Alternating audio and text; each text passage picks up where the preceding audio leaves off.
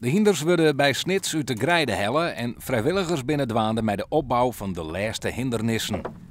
Van Joert aan de Meisnijn verschijnen zo'n 2200 deelnemers aan de start. Het is toch wel een van de grootste concoursen in Noord-Nederland. Qua dagen sowieso en qua deelnemers ik. En het had ik een behoorlijke uitstraling onderhand. Hoewel het aantal deelnemers heeg is het concours bij het grote publiek nog lang net zo bekend als de concoursen van Bijgelijks Dokkum en Boetenpost. Toch verwacht de organisatie in snits dit hier een soort bezoekers.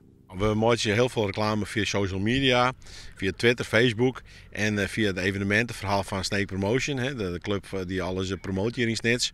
En van mond op mond reclame. En we hebben laatst jaar gewoon heel meer waarhond. We hebben ik bezoekers voor het Bleunbennen. Nou, deze week wordt de mooiste week van dit variër.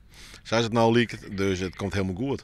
De organisatie hoopt het hier op zo'n 10.000 bezoekers. En de deelnemers die doggen er in de tarriering alles aan om ervoor te zorgen dat de hinders er poer best uitjoggen. Vanavond gaan we springen in het B. En morgen en vrijdag, zaterdag, zondag dressuur in het Z1. Naast er ik een beetje vertrouwen in bij hem? Ja, met hem heb ik echt wel vertrouwen in. Hij gaat al voor mij door het vuur. Het concours begint joen met de springwedstrijden.